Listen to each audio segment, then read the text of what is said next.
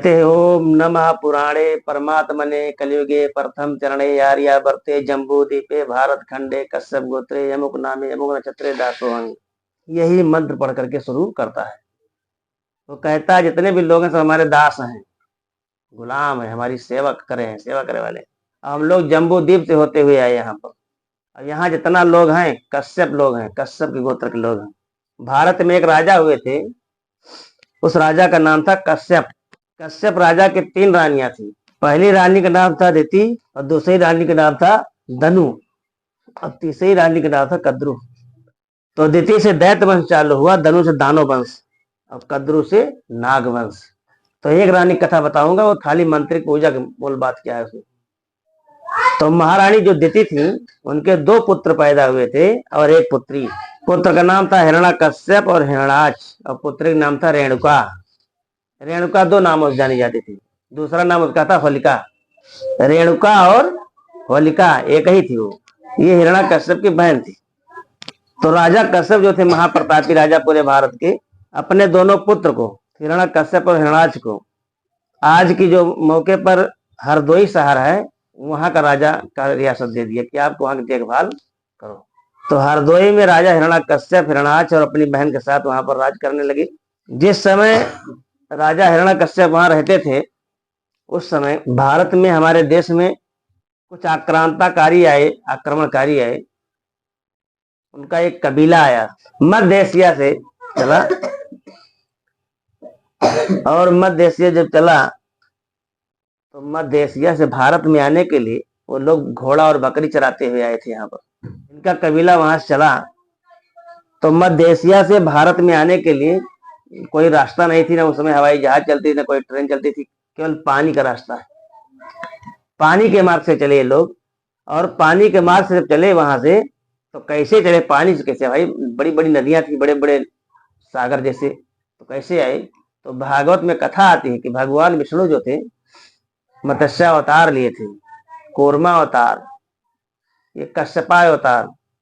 तो कश्यपा माने होता कछुआ, और मत्स्य माने होता मछली। तो मछली तो कहूँ बने थोड़ा पैदा हुआ थी। मछली जैसी नाव बनाया, उसी पर बैठ कर लोग आए थे। आज भी नाव देखो आप जाग नदी किनारे, तो आगे पातर रात, पीछे पातर रात, बीच में पिटार रात ना, वो मछली का रूप दिया गया। उसी पर बैठ करके लोग आए थे। एक नाव होती थी पहले, घन्नई पूरा टाइप होता था, वो बिल्कुल खचुआ जैसी होती थी। उस पर लोग बांस बांध करके चलते थे, नदी पार करते थे। पहला मुखिया का नाम था ब्रह्मा, दूसरे का नाम था विष्णु, तीसरे का नाम था इंद्र, चौथे का नाम था जरस्तु। ये 4 लोगों का एक बड़ा कबीला आया। वहां जब आए तो गंगा सागर किनारे उतरे। तो यहाँ का रहन सहन जब देखा, यहाँ खान पान, आचार विचार, व्यवहार, यहाँ की प्रकृति, यहाँ की सभ्यता, तो लोग चौंक पड़े। ये तो बड़ा अच्छा देश है, यहाँ तो हर प्रकार का अनाज पैदा होता है, यहाँ पर दूध दही घी की नदियां बहती है, यहाँ तो सभी प्रकार के फल फूल मेवा पैदा होता है। बड़ा अच्छा देश है, बड़ा अच्छा मुल्क है। ये लोग ललायत हो गए यहाँ के लिए, क्योंकि ये ब्रह्मा विष्णु इंद्र जहां से चले थे, वहां पर 12 महीना केवल ठंडी होती है बस, और कोई मौसम नहीं होता। लेकिन अपने यहाँ क्या होता है, 4 महीना गर्मी, 4 महीना ठंडी, 4 महीना बरसात, बसंत ऋतु, शरद ऋतु, सब प्रकार का अनाज पैदा होता है, सब प्रकार का फल पैदा होता है, दूध दही घी मिलता है यहाँ पर, हर चीज मिलता है यहाँ पर। ऐसा देख करके लोग बहुत चंकित हो गए। तो ये लोग सोचे कि यहाँ पर कैसे हम लोग ज्यादा दिन रुकना चाहें तो कैसे रुकेंगे। तो ज्यादा देर रुकने की व्यवस्था इन लोगों ने सोचा। तो उसमें जो जरस्तु नाम का व्यक्ति था, वो ज्यादा समझदार था, विद्वान था। ब्रह्मा विष्णु इंद्र समझदार नहीं थे। तो जरस्तु जो था, उसने कहा कि हम लोगों का कोई खाने का पदार्थ चुक जाएगा जब, तो हम लोग यहाँ पर भिक्षाटन करेंगे। विचार किया वहीं पर। उसी विचार को हम लोगों को क्या पढ़ाया गया, समुद्र मंथन। सागर किनारे जब थे तो वहां मंथन हुआ। मंथन माने विचार हुआ कि यहाँ पर कैसे रहा जाएगा, रात हो जाएगी कहाँ सोया जाएगा, जो खाने के लिए लायक चुक जाएगा तो कैसे हम खाएंगे, क्या करेंगे। तो उसमें जो ये था जरस्तु, उसने कहा कि जब भोजन खाने का चुक जाएगा तो हम लोग भिक्षा मांग लेंगे, तब खाएंगे। जहां शाम हो जाएगी वहीं पर डेरा डाल देंगे, वहीं पर आराम करेंगे। ये विचार किया। इस प्रकार से ये लोग वहां से चले और धीरे धीरे अपना चरवाही करते रहे। घोड़ा जो है अपने देश का प्राणी नहीं हो, इसीलिए आज देख लीजिए आप, राजस्थान में घोड़े पर जब दूल्हा जाता है तो अक्सर मार दिया जाता है या मारा जाता है या अपमानित किया जाता है। यानी केवल ब्राह्मण ठाकुर ही उस पर बैठ सकते हैं घोड़े पर। अभी राजस्थान में चीज है, घोड़े पर इसलिए वो लोग बैठने नहीं देना चाहते हो। इस प्रकार से लोग भिक्षा मांगते मांगते हरदोई पहुंच गए, और हरदोई जब गए तो देखा भिक्षा मांग रहे थे, संजोग से राजा हिरण्याकश्यप धौरहार पर घूम रहा था। धौरहार जानता को कहा थी, जेकर बहुत बड़ा राजमहल होता था। जैसे घर बनवाया जाता जब, तो आगे छज्जा निकाला जाता ना, वैसे घर के किनारे किनारे छज्जा निकाल करके गैलरी बनवा दी जाती है। उसी घर के चारों तरफ 1-2 किलोमीटर घूमने का चक्कर लगता था, पहले इतना बड़ा महल होता था। तो राजा उसी पर घूम रहा था धौरहार पर। उसने देखा कि यहाँ तो कोई ऐसे व्यक्ति, अनजाने व्यक्ति आए हैं हमारे मुल्क में, हमारे देश में, जो भिक्षा मांग रहे हैं। तो अपने सिपाहियों को बुलाया और कहा पता लगाओ कौन से लोग हैं आए। भाई पता लगाया और उनको बुला करके लेकर आए ब्रह्मा विष्णु इंद्रजरस्तु को। जब बुला कर लाए तो राजा हिरण्याकश्यप ने पूछताछ किया। उन्होंने बताया कि हम लोग बाहर से आए हुए लोग हैं, आपका देश आपका मुल्क बहुत अच्छा लगा, यहाँ घोड़ा बकरी चराने आए थे, लेकिन बहुत अच्छा लगा, इसलिए यहाँ पर कुछ दिन रहना और ठहरना चाहते हैं। इसलिए हमारे पास खाने की व्यवस्था समाप्त हो गई है, इसलिए हम कुछ मांग कर खा रहे हैं। तो राजा हिरण्याकश्यप ने कहा हमारे यहाँ कोई गरीब है ही नहीं, हमारे यहाँ भिक्षा नहीं मांगा जाता है, आपको खाने की व्यवस्था चाहिए, रहने की व्यवस्था चाहिए, सबसे बताना चाहिए, मैं यहाँ का राजा हूँ। चलो ब्रह्मा विष्णु इंद्रजरस्तु को बुलाया और कहा देखिए आप लोगों के लिए रहने के लिए मकान दिया जाता है, और खाने के लिए जितना भी आप खाना चाहो, जितना देर रहना चाहो उतना दिन आप खाइए और रहिए इस महल में, लेकिन भिक्षा मत मांगिए कहीं पर।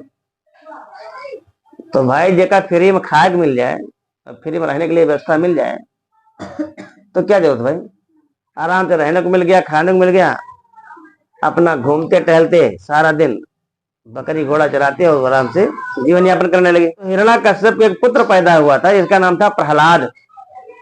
प्रहलाद को ड्यूटी लगा दिया राजा हिरण्याकश्यप ने, तुम इनकी देख रेख करो। ये लोग जो बाहर से आए लोग हैं, ये लोग कैसे उठते हैं, कैसे बैठते हैं, कैसे चलते हैं, क्या बोलते हैं, क्या रहन सहन है, क्या खान पान, क्या आचार विचार व्यवहार क्या है इनका देख रेख करिए।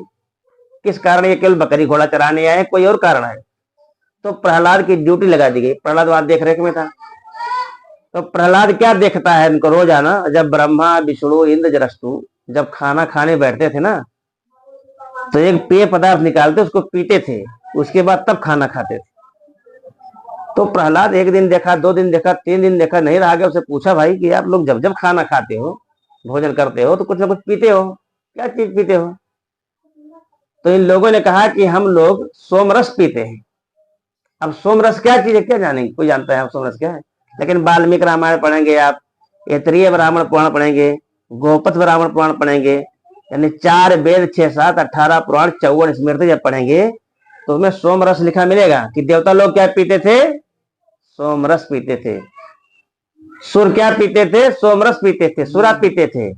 उसी सोमरस को सुरा कहा जाता है, उसी सुरा को शराब कहा जाता है, उसी शराब को दारू कहा जाता है आज की भाषा। ठीक बात जान लीजिए, इस देश में शराब जो है आर्यों को लाया हुआ है, और जो चाय है वो अंग्रेजों को लाया हुआ है, और जो खैनी तंबाकू पान गुटखा खाया जाता है ये मुगलों को लाया हुआ है। तीनों विदेशी चीज आज भी है। सबसे ज्यादा खतरनाक क्या है, शराब। नशा सबसे खतरनाक क्या है, घर द्वार बेचवा दिए, घर परिवार का मार पीट के बराबर कह दिए, लोग कत्लेआम हो जाता है, कितने लोग मार दिए जाते हैं ना पीछे, सब बर्बाद हो जाता है इसके पीछे। प्रहलाद ने देखा तो कहा भाई आप लोग जब जब खाते हो तो पीते हो, इसका मतलब इसके अंदर कोई गुण होगा। तो उसने भी कहा लाओ थोड़ा हम भी चखते हैं भाई। तो प्रहलाद ने भी चखा, 1 दिन चखा, 2 दिन चखा, 3 दिन चखा, धीरे धीरे आदत, धीरे धीरे कहा संगत से गुण होता है, संगत से गुण जाए, बांस बांस की मिसरी एक भाव बिकाए, संगत का प्रभाव होता है। तो प्रहलाद ने जब खाया चखा तो उसे भी थोड़ा गुनगुनाहट हुई। एक दिन संजोग से वो भी सुरा पान करके जा रहा था राजमहल की तरफ, और पिताजी उनके जो थे राजमहल के ऊपर धौरा पर घूम रहे थे। देखा तो जब ये चल रहा था उसके पैर लड़खड़ा रहे थे। तो शराब का गुण होता जो है, शराब का जो असली गुण होता है, जैसे महुआ देखे बड़ा मीठा होता है, लेकिन उसको जब उतार लिया जाता है उसका रस, तो पानी बहुत कड़वा होता है। महुआ का दवा का रूप है वो जान लीजिए, लेकिन महुआ का पानी जो होता है वो कड़वा हो जाता है, और इसका जो नशा होता है वो ब्लड के अंदर जाता है, खून के अंदर जाता है। और जो पानी की मात्रा होता है पसीने और पेशाब से निकल जाता है, लेकिन उसका नशा जो होता है वो ब्लड के अंदर चला जाता है, खून के अंदर चला जाता है। और जब खून के अंदर जाता है तो आदमी बोलता है तो लड़बड़ाती है जबान, और चलता है तो पैर डगमगाता है। ये उसकी अर्थ है। अब कितना ताकतवर व्यक्ति है, बहुत ताकत है मेरे पास, और शराब अगर ज्यादा पी लिया है तो बहुत कमजोर हो जाता है, जान दुर्बल हो जाता है। उसको एक कमजोर व्यक्ति भी मारकर गिरा सकता है। उसने हिरण्याकश्यप ने देखा प्रहलाद को, तो पूछा क्या पियो, तो बताया सोमरस। तो हिरण्याकश्यप भगवान बुद्ध का बहुत पहले से अनुयायी था। यह बुद्ध से पहले भी 28 बुद्ध हुए थे। तो बुद्ध का अनुयायी होने से वो जानता था कि सुरा क्या है, सोमरस क्या है।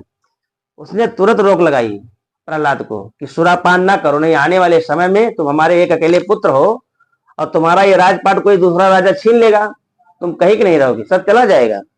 इसलिए बेटा इसको ना पियो। मना किया।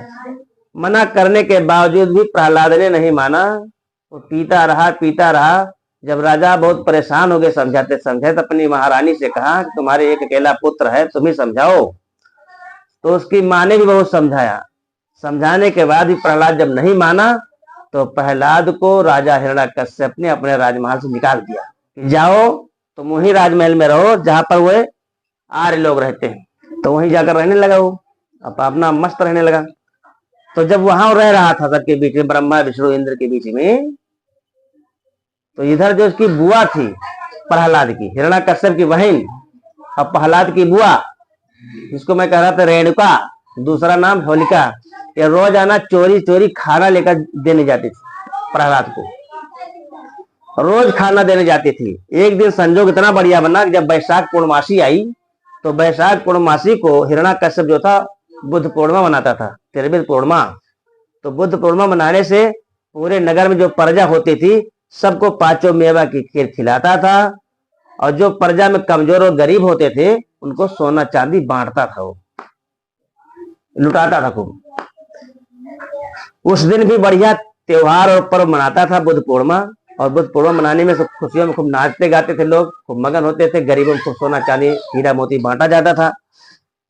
इधर लोग बांटने और नाचने में लगे थे।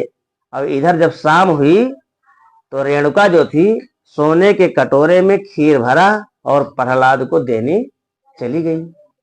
जब वहां देने गई तो ब्रह्मा विष्णु इंद्र जरस्तु जितने लोग वहां कबीले के थे और लोग सब ने सोमरस पी करके मस्त थे, और प्रहलाद को भी खूब पिलाया था। तो प्रहलाद को जब पिलाया था, प्रहलाद के हाथ में जब कटोरा देने गई बुआ उसकी, तो कटोरा हाथ से थामा नहीं गया। जैसे ज्यादा पी लेते नहीं ना, तो कटोरा कोनो हाथ में सामान पकड़ नहीं पाती। यहाँ तक वो कटोरा जब थाम नहीं पाया, अपने भतीजों को समझाने लगी। लेकिन वहीं पर जो और कबीले के लोग बैठे थे, लोगों ने जब रेणुका राजकुमारी रेणुका को देखा, तो इन लोगों के अंदर कुदृष्टि बदल गई और व्यभिचार उत्पन्न हुआ, और राजकुमारी रेणुका को ही पकड़ लिया और उनके साथ व्यभिचार किया। ये दशा हुई जो फूलन देवी के साथ 22 ठाकुरों ने किया था, और रेणुका वहीं मर जाती है। प्रहलाद देख रहे हमारे बुआ के साथ अत्याचार, लेकिन वो छोड़ा नहीं पाओ थे। कैसे छोड़े भाई, एक तो उन्हें साथे रहते हैं, इतना नशा कहले हैं छोड़ा ना पाए। जब छोड़ा नहीं पाए वो मर गई। जब मर गई तो ब्रह्मा विष्णु इंद्र के जो कबीले के लोग थे, इन लोगों ने देखा तो कहा तो बड़ा गजब हो गया। हम जिसके राजमहल में रह रहा हूं, जिसका दिया हुआ खाना खा रहा हूं, उसी के बहन के साथ इतना बड़ा अत्याचार किया कि मर गई। अगर कल राजा हमसे पूछेगा तो हम कौन जवाब देंगे। तो जल्दी जल्दी रात का पहर था, उसकी लाश को घसीट करके जंगल की झाड़ियों में छुपा दिया गया। 11 बजे से 1 बजे रात तक, पहले जमाने जब डकैतियां पड़ती थी तो बताइए रात के पड़ते थे 11 बजे से 1 बजे रात तक। लोग 11 बजे से 1 बजे रात तक बीच में लोग सो जाते हैं, गहरी नींद सोते। आधी रात का समय जब बीता तो सभी यारियों ने मिल करके राजकुमारी रेणुका की लाश जो झाड़ी में छुपाया था, उस लाश को ले गए जंगल के बीच में, खरपतवार इकट्ठा किया, उसी में से जला दिया। बात आप जान लो कि लाश अगर जलाई जाए, नीचे लकड़ी लगाई जाए, अगल बगल लकड़ी लगाई जाए, ऊपर लकड़ी लगाई, तब लाश जलती है, जान लीजिए। खरपतवार में लाश नहीं जलती है। लोग नशे में जलाए थे, लाश जली नहीं थी पूरा। और लाश जला कर चले आए। सवेरा जब हुआ तो राजा हिरण्याकश्यप अपने राजमहल में जब सोकर उठा, रात भर रानी भी नहीं सोई थी, क्योंकि ननद और भौजाई को ये पता था। रोजाना भौजाई जो है अपनी ननद को भेजती थी भोजन लेकर के, वो जानती थी, आज भी वो जानती थी, इसीलिए वो सो नहीं रही थी। पूरी रात वो इंतजार करे थे कि मेरी ननद लौट कर नहीं आई है, अगर राजा सुबह सो करके उठेंगे, हमसे पूछेंगे तो हम कौन जवाब देंगे, यही सोच रहे थे। अब जब राजा उठे सवेरे, राजकुमार को जब नहीं देखा तो पूछने लगे भाई। जब पूछने लगे तो रानी को बताना पड़ा कि वो शाम को गई है लेकिन अभी तक वापस नहीं आई, रोजाना जाती थी आपकी चोरी। तब राजा हिरण्यकश्यप पता लगवाया तो जंगल में अधजली लाश मिली, सिपाहियों के द्वारा उसे कब्जे में लिया गया। लाश को कब्जे में लेने के बाद राजा ने ब्रह्मा, विष्णु, इंद्र, जरस्तु का जितना कबीला था सबको बुलाया अपने दरबार में, और बुलाने के बाद सबको गधे पर उल्टा बैठा दिया और मुंह में कालिक लगाया, और मुंह में कालिक लगा करके अपने म्यान से तलवार निकाली और माथे पर चीर दिया, यहां से लेकर के यहां तक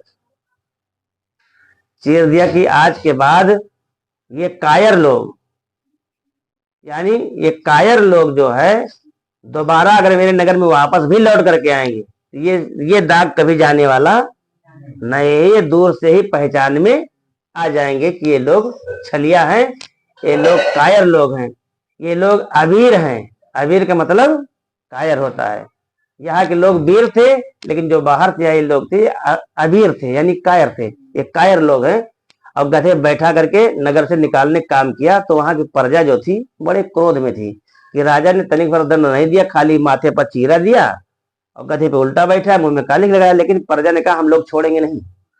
प्रजा ने कहा कि चाहे जिधर से जाएंगे ये लोग, बिना हम लोग मारे नहीं छोड़ेंगे। तो जिधर से लोग विदा हुए ना, प्रजा में जवान, बूढ़े, स्त्री, पुरुष, बच्चे सब लोग, किसी के हाथ में पत्थर, किसी के हाथ में गोबर, किसी के हाथ में कीचड़, किसी के हाथ में लाठी, किसी के हाथ में डंडा, सब लेकर खड़े थे लोग।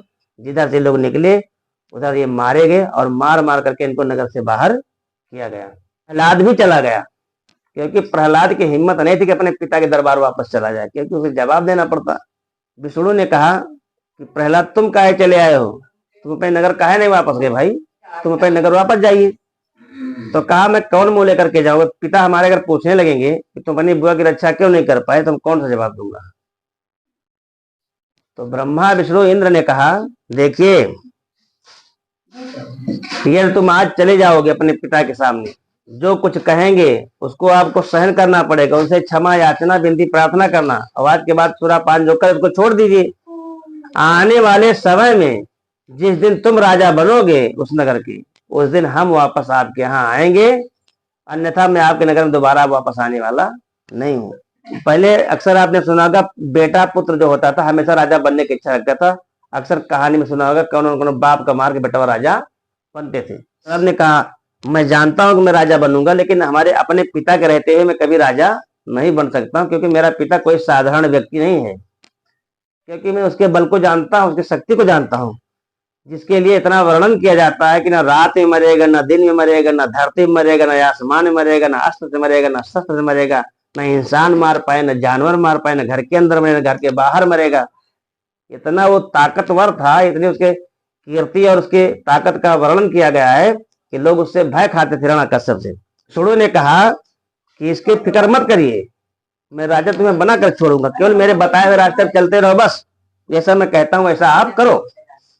कहा क्या करना है, कहा तुम हमसे मिलते रहेगा बीच बीच में, मैं तुम्हें तरीका बताऊं कैसे राजा बनना है। प्रहलाद ने यहाँ पर धोखा दिया है। प्रहलाद वापस गया, अपने माता पिता से क्षमा मांगा, विनती किया, प्रार्थना किया। तो दुनिया में कोई ऐसा माता पिता नहीं जो अपने बच्चों को क्षमा न कर दे, जान लीजिए। तो अपने माता पिता के द्वारा क्षमा पाया और प्रहलाद रहने लगा, लेकिन चोरी चोरी अपने माता पिता से रोजाना विष्णु से मिलने जाया करता था।